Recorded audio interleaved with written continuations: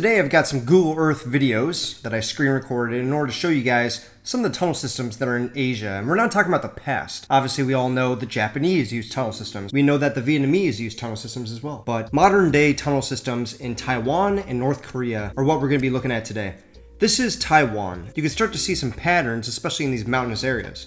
And one thing I think people forget a lot is that Taiwan and North Korea are extremely mountainous, which is perfect for tunnel systems. And here's one of them that I think is a tunnel system that's used by the military. If not, it is obviously a trail up into the mountains that can be used by the military. You can see how it sort of leads up there and it disappears. What is it there for? There's no farming there. There's no, is it sightseeing? No, I don't believe so.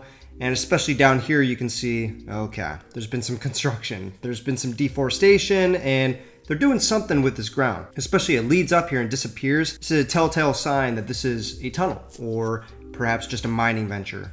But considering that this is 30 miles from the coast where the Chinese invasion would happen, I would safely assume that this is military. 30 miles is kind of a big deal. It's a little bit beyond the range of standard artillery. Artillery can usually go 50 kilometers max. But with these guided missiles that are so plentiful, especially in Taiwan, which creates a lot of the microchips and a lot of the state-of-the-art equipment in order to guide these missiles to their targets, I'm guessing that they have a lot of bunkers with guided missiles inside of these mountains. I think Taiwan's strategy is that they have a lot of time in order to send out these self-propelled artillery systems out of these bunker systems or whatever it is, and then drive them up 20 miles, launch a couple volleys of artillery onto the landing Chinese forces, and then escape back into the bunker. That's what I would assume, but they definitely do still have these artillery systems built into the mountains in order to suppress Chinese forces once they reach the cities that are on that side. And the Chinese would definitely be able to get a foothold, probably at a high casualty figure, but they would get a foothold inside the city, and that's why these mountains are so defendable and also very important to the military. Any armored equipment that want to go up these mountains, it's just not possible. The Taiwanese are going to be able to lock down any Chinese forces in these cities, and when they try and push through, it's going to be grueling work, grueling marching, because you can't drive up vehicles through these mountain passes. That is suicide. Now we're going to move into North Korea, which makes it a lot easier to identify these tunnel systems. You can see how these roads go through these mountains.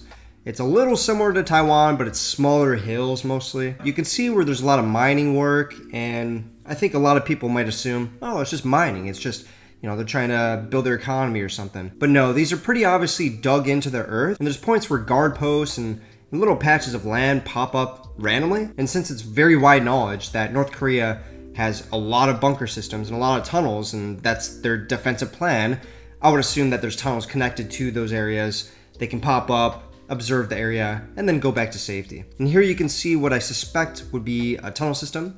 You can see a trail leading up to possibly nowhere, and then it disappears into an area that's been worked on quite a bit. And these areas are really close to the border, and that's what North Korea is trying to do. They're trying to put these artillery systems so close to the border that if they were to launch an attack, or if they were to defend their land, they can launch tons of explosives into Seoul and kill possibly many, many thousands of South Koreans. So this is a big fear that South Korea has, because how are you going to defeat these things? They're everywhere. You can see all these little spots, and this one is extremely obvious. And I think North Korea, more so than Taiwan, is going to be placing these artillery systems inside of the ground, inside these mountains, rather than having self-propelled systems. Not only because the roads don't really have the infrastructure built up, but also because they know that their target is so close, they don't need to drive any closer. They can do their thing. And then next to Pyongyang, closer to the shoreline, you can see this mountain has been made into a fortress. You can see some military installations, trail on top of these mountains, as well as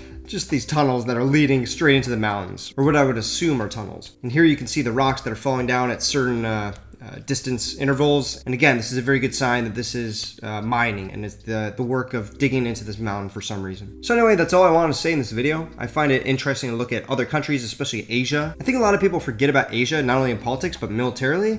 But they are very capable, they know what they're doing, and they know when they are the underdog and they need to dig into these mountains. And it's just worth mentioning in my opinion. So I hope you learned something today, and I'll talk to you guys in the next one. Peace.